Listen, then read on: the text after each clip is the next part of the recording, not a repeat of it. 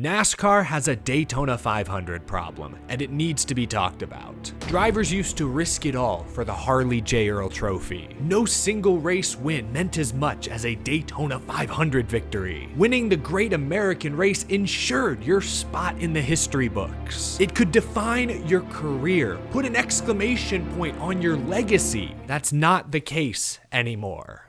The warning signs began to flash a few years ago when Kyle Larson, one of NASCAR's brightest up-and-coming stars, said this. Chili Bowl it's up there with the top races I want to win. For me, Chili Bowl is bigger than the Daytona 500. Now that statement does not bother me. Kyle Larson is a lifelong dirt racer, and winning the Chili Bowl is a tremendous accomplishment. But it was the start of a trend. Fast forward to today. This offseason alone, I've heard Noah Gragson, another up-and-coming NASCAR star, say he'd rather win a second Snowball Derby than a first Daytona 500. Then I heard Jeff Gluck, one of the most highly respected journalists who's covered NASCAR for more than 20 years, say this. You want to win the 500 to have that notch in your belt and everybody call you a Daytona 500 champion, but that's not a legacy maker at all, in my opinion, anymore.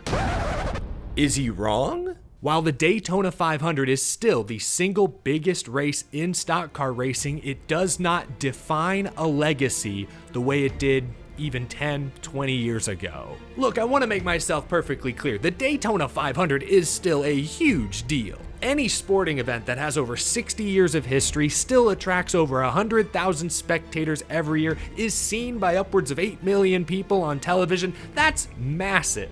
NASCAR is the most popular motorsport in the United States. The Daytona 500 is NASCAR's biggest race. It's been that way for decades and likely will be that way for years to come. But the past few seasons, including those comments I already shared with you, I've noticed some concerning trends. From fluke winners to shortened speed weeks to lackadaisical broadcasting, I worry that slowly but surely the Daytona 500 is becoming just another NASCAR race.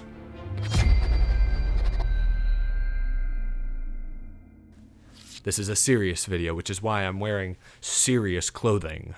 NASCAR was born in Daytona Beach, the Streamline Hotel, December 1947. From racing on the beaches themselves to the high banks of this modern superspeedway, so much of NASCAR's history has occurred in this small town. In the modern day, the Daytona 500 is one of the longest running events. It attracts some of the largest sports crowds in the entire country, features the largest purse on the circuit, and has been known to test the will and resolve of the greatest drivers in NASCAR history. From big crashes to big celebrations, triumph and tragedy, there is no other NASCAR race quite like the Daytona 500. But NASCAR, broadly, is not the juggernaut it was 15 years ago. Like many sports, NASCAR has lost nearly 50% of its TV audience in the past decade, and the Daytona 500 has not been immune to these struggles. Over 16 million viewers tuned in 2013,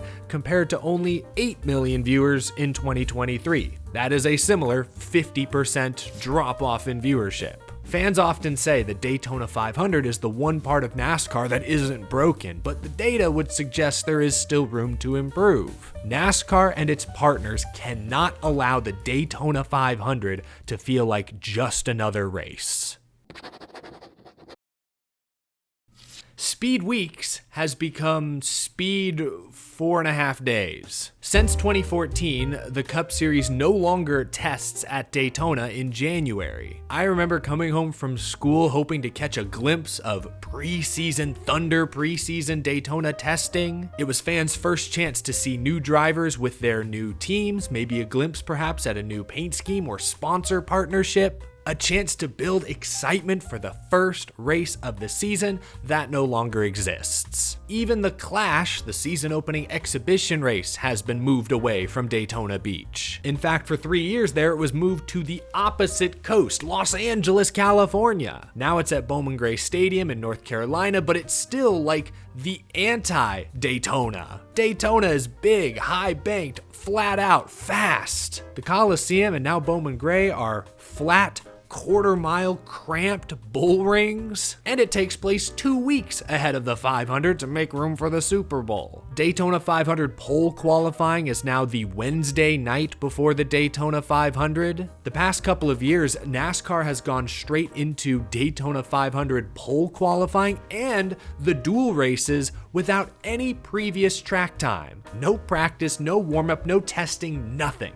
Credit where credit is due, that has changed for 2025. They added a Wednesday happy hour before qualifying, so small baby steps in the right direction. But it's still a far cry from where Speed Weeks, or even Speed Week, used to be. Now, I know what some of y'all are saying. What's the point of testing, practicing for weeks, fine-tuning every inch of a spec car when chances are a bump draft gone slightly askew is gonna wreck you out of the race anyways? That's a fair point, and it leads me to my next and perhaps most important argument. Gridlock.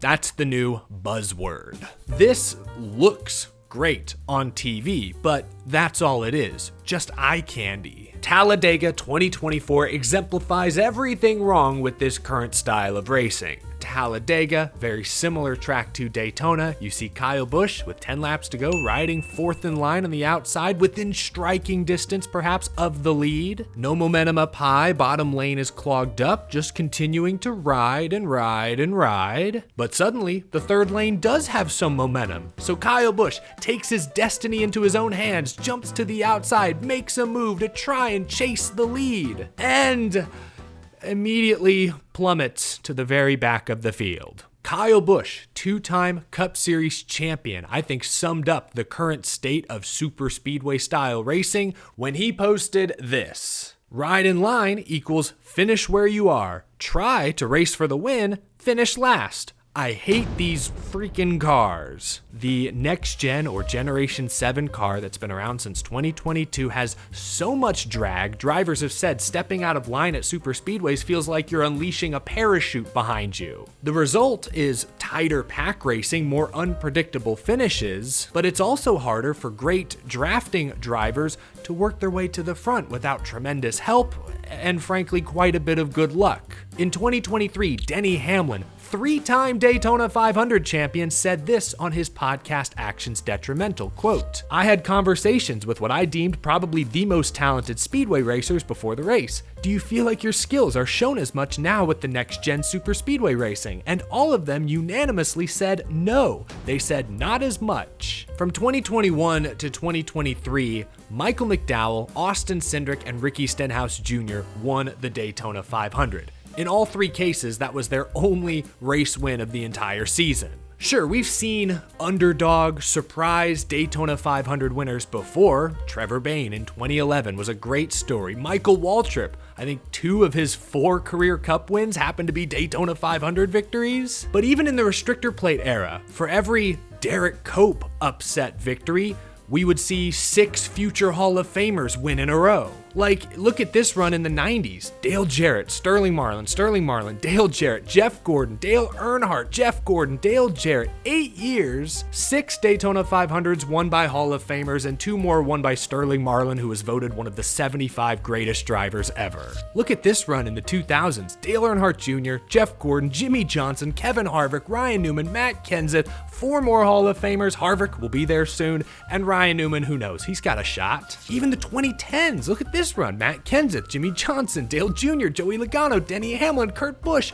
All of those guys are in the hall or will be there one day. Compare that to the last 7 years. A couple of Denny Hamlin victories, but then we have an Austin Dillon, a Michael McDowell, Austin Cindric, Ricky Stenhouse, and the William Byron race was decided by when NASCAR pushed the caution button. Denny Hamlin, again, one of the most successful modern super speedway racers, offered a possible solution on his podcast Actions Detrimental last year, saying, quote, "If I'm going to fix next-gen super speedway racing, I'm going down 150 horsepower and taking a ton of drag out of the car. You can't pull out of line on super speedways right now because of the detriment of how much drag your cars have. They have that much drag because we have too much horsepower. We used to run in the 300 horsepower range and now we're running like 600. To keep us from going 220 miles per hour, they added spoiler and drugged the car down in speed using the outer body. So get that out of there. go back to a smaller tapered spacer for super speedways, and that will allow us to make more aggressive 3 or 4 wide moves. When we get a run, we will take it versus staying in line. We need to empower the best drivers to make bold, aggressive moves. The current super speedway package does not do that. Instead, the current car encourages drivers to play it safe, stay in line, save fuel until the last 2 laps. That kind of racing is not very fun for the drivers, and it's not fun for the fans to watch.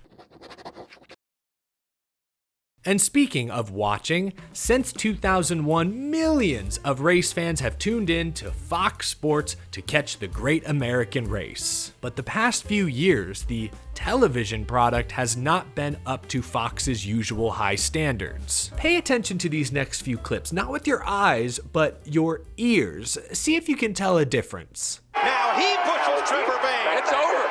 Trevor Bayne is going to win the Daytona 500. Less than a mile to go. Oh, we got a wreck. Dale Earnhardt Jr. You can hear the voices are up an octave, the crowd noise, ambient sound. This feels like a big deal. Let's compare that to 2023. Larson tried to go to the middle. Oh, he got turned. Larson Pastrana in the fence. Okay, they weren't able to race back to the checker there. How about 2022? Briscoe's out. He can't get to the Austin Cindric. It's the last lap of the Daytona 500.